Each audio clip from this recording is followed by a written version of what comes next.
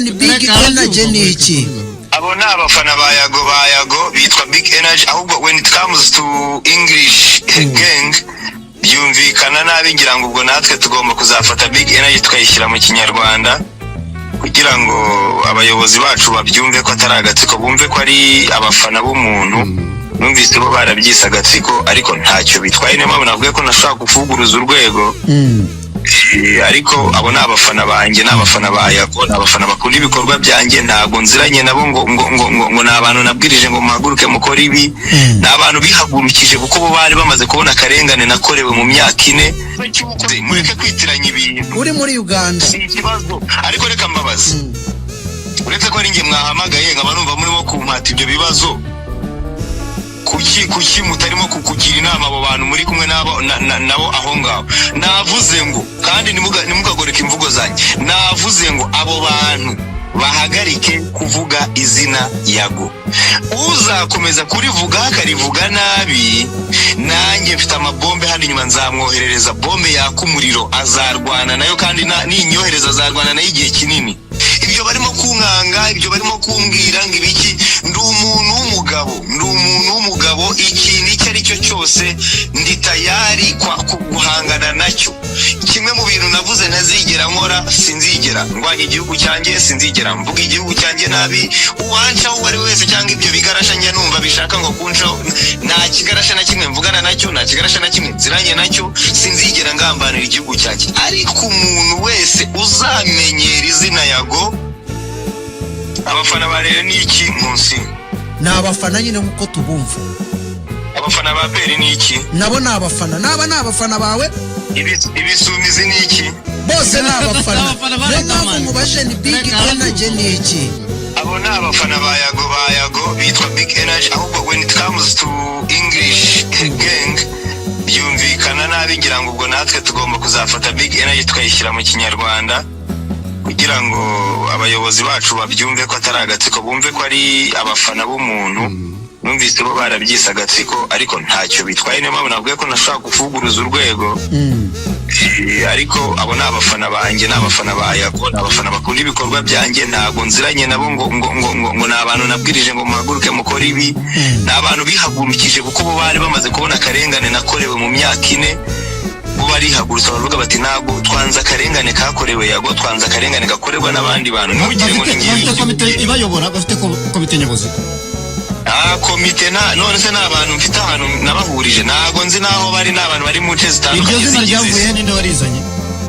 Big Energy ni izina n'ubundi nashyize kuri channel yanjye kuri Instagram, bagende babirebe. Ni ijambo nkunda gukoresha cyane iyo postinze ibintu byanjye, nandikaho Big Energy kubera ko niyumva nk'umuntu ufite Big Energy. Ndi umuntu uri positive, ntabwo ndi umuntu uri negative ku buryo nakumva ko naba mfite small energy. Njyewe I'm a Big Energy thing, I'm a Big Energy artist, I'm a Big Energy journalist, I'm a Big Energy YouTuber, I'm a Big Energy content creator. Yago, njyewe ndimo ndasoza mu byo nkubaza. Yago, reka nsoreze kuri iki mu byo nkubaza. Nyuma yuko twumvise ibyo umuvugizi wa RIB yatangaje, harimo no gusiba ibiganiro bisa nkaho mukunda gukoresha ijambo ngo nagatwiko, birimo agatwiko. Aha, reka tubifata uko ngo yes, bategetswe kubisiba n'ababikwirakwiza ko bashobora guhura n'uruva gusenya. Ibyo urabifika mu bantu baje bakora repost, harimo abo ba Big Energy. Urabikora urabagiriye nama? Abagiriye inama se ko nta nama nabakoresheje na mbere. Bo bakomeze barwanya akarengane, nta kindi. Inama nabagira no gukomeza kurwanya akarengane. Twamaze kubereka ibyo twakorewe, bakomeze barwanya akarengane. Nababwiye ko Energy batari kuri nge gusa, barimo bararwanya akarengane kuri buri muntu wese ukorerwa akarengane kuri social media. Okay, wavuze ko uzabikomeza kandi bo bari mu gihugu, wowe uri hanze yacyo. None ubwo bazabikora? Ikibazo cy'ubukozi, mureke kwitiranya ibintu. Uri muri Uganda si ikibazo, ariko reka mbabaze, uretse ko ari nge mwahamagaye nkaba numva murimo kumpata ibyo bibazo, kuki mutarimo kukugira inama abo bantu muri kumwe nabo aho ngaho? Navuze ngo, kandi nimugagoreka izina Yago. Uzakomeza kurivuga akarivuga nabi, nanjye mfite amabombe hano inyuma nzamwoherereza bombe yaka umuriro, azarwana nayo kandi ninyohereza azarwana nayo igihe kinini. Okay, Yago, ubwo ubuzima bwawe urahindutse. Erega abantu baba bazi ko umuntu atababaye bihagije. Ibyo barimo kunkanga, ibyo barimo kumbwira ngo ibiki, ndi umuntu w'umugabo, ikintu icyo ari cyo cyose ndi tayari guhangana nacyo. Kimwe mu bintu navuze ntazigera nkora, sinzigera ndwanya igihugu cyanjye, sinzigera mvuga igihugu cyanjye nabi. Uwanca uwo ari wese cyangwa ibyo bigarasha njya numva bishaka ngo kuncaho, nta kigarasha na kimwe mvugana nacyo, nta kigarasha na kimwe nziranye nacyo, sinzigera ngambanira igihugu cyanjye. Ariko umuntu wese uzamenyera izina Yago akaza kurishyira kuri social media akarya expose nabi, uwo nguwo amasasa azamugeraho. Okay, Yago, ubayeho ute hano mu Rwanda? Wari ufite kubayeho uba mu muryango cyangwa se ufite uko winjiza ubaho ngaho uri, nubwo wanze kwita mu buhungiro urimo kubaho ute? Mbayeho neza kuko mfite amahoro kuruta ayo nari mfite ndi muri abo bantu babi bashaka kuniga amarozi, bashaka kunyica. Mbayeho neza rwose, nta kibazo mfite. Abantu bose bakurikiye kino kiganiro bamenye ko ntabayeho nabi. Nari mbayeho nabi nyira aho ngaho ubwo nasohokaga mu rupangu ngasanga abantu 10 bari ku rupangu iwanjye. Nari mbayeho nabi ubwo nabaga ku kazi ngasanga abantu bari iwanjye ntabinjijeyo. Nari mbayeho nabi ubwo nabaga ndi ku kazi hariya Sonatibe ahitwa Izere, nkabona abantu 5 baje ngo kuneka ngo amakuru yanjye. Nari mbayeho nabi ubwo nageraga iwanjye abantu bagatera amabuye iwanjye mu rupangu. Nari mbayeho nabi rwose, ariko ubu mbayeho neza. Ariko ibyo bintu wabibwiraga Ribu? Ibyo nabibwiraga Ribu n'ibyari ntatatse, ni hehe ntatatse ikirego natanze cyo sinababwiye. Ni kimwe gusa watubwiye watanze, ibyo bindi kandi byari bikaze biri kuri mino kurusha na cya kindi cya mbere, ko ntabwo wigeze ubibwira Ribu. Nari ndambiwe guhora n'ubundi. Okay. Nari ndambiwe guhora muri ibintu nkabona nta musaruro birimo gutanga, mpitamo nyine ushaka kujya hose ngomba kubona amahoro. Yago, reka tumusubire. Yago, ndakumva Nkusi. Much respect my brother. Big energy.